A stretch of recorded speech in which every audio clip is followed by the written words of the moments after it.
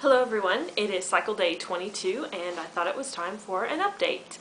When I had spoken to you all last, we were hoping to do an IUI within a couple days, and I am happy to report that we were able to go ahead and do the IUI at the end of last week. I was really pleased with how the whole procedure went. I remember it being a little bit painful before, and I had some cramping afterwards, that sort of thing. And this time it was so smooth, I didn't even realize it was over. When Dr. P said, "Okay, you're all done," I was like, "It's over already? Really?" And he said, yeah, it went so smoothly. It's one of the smoothest IUIs that he said that he had done in a while. So obviously we were really happy with that. Kind of on a funny side note, what they do in my clinic is after they do the IUI, they prop the bed up where your head is lower than the rest of your body. So gravity can help things out a little bit. And then they set a kitchen timer for 20 minutes, and you lay there for 20 minutes while things work the way they're supposed to, hopefully. And so you're laying on this bed and you're tilted back, your head is back, and your feet are kind of up, and it's like tick, tick, tick, tick, tick, tick, tick, tick, tick with this kitchen timer. And so the nurse, after the IUI was done, she tilts the bed and she sets the timer, and then she said, "All right, enjoy," and she leaves. And I just thought that was really funny that she said enjoy, like we were sitting down for a meal or something. And then when the timer dings, you're free to get up and get dressed and go on your way. And so it's funny that when I was younger and earlier in my married life, I never imagined the process of making a baby being laying partially upside down on a bed, listening to this kitchen timer going tick, tick, tick, tick, tick, tick, tick, ding. And I just couldn't help but think as I was laying there, you know, how did I get here? It's just such an odd experience. I think that my clinic honestly could work on their atmosphere a little bit when it comes to that part of things. But anyway, the nurse was like, "Yeah, enjoy, see you later," and she just walked out of the room, and it was like, okay, that was odd.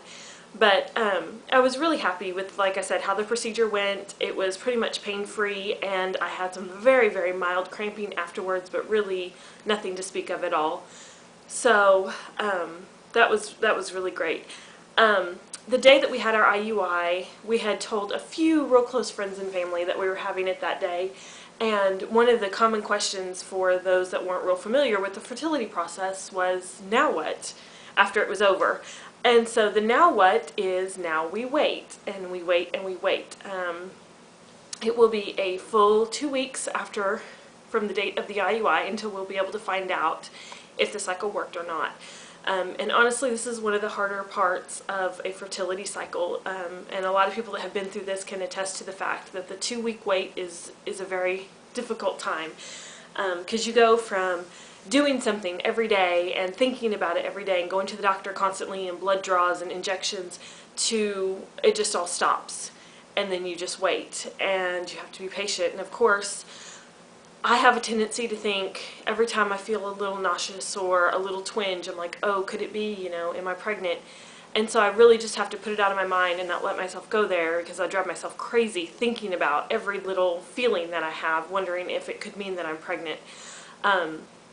I will not take a home pregnancy test at all, and the reason for that is because the trigger shot that I use is a hormone called HCG, and that is the same hormone that is detected by home pregnancy tests. So if I were to go today on cycle day 22 and take a home pregnancy test, it would, there's like a 99% chance that it would come back positive, but there would be no way to know whether it was positive because I am pregnant or if it's positive because it's still detecting the HCG from the trigger shot in my system.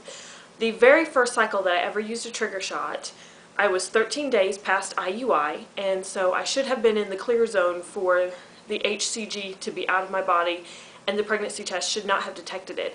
And I took a home pregnancy test the night before I went in for my blood draw to tell me if I was pregnant, because I kind of wanted to be prepared for what the answer was.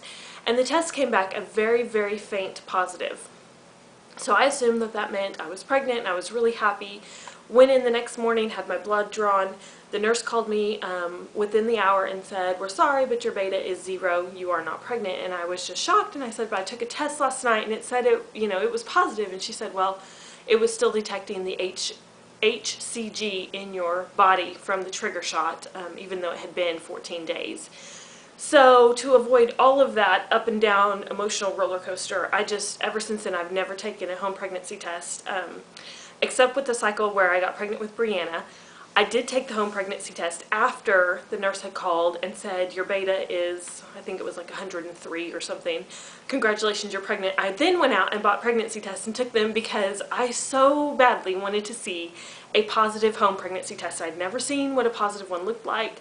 And it was almost like a rite of passage for me. I just wanted to take the test and see the 2 lines and see the digital pregnant. I bought both kinds, and take pictures of them and just act like I was a normal person, you know, that just took the test at home and find out I was pregnant that way. But so it will be a full 15 days before we find out whether or not this cycle worked, and we're just trying really hard right now to be patient, and honestly I'm just trying not to think about it.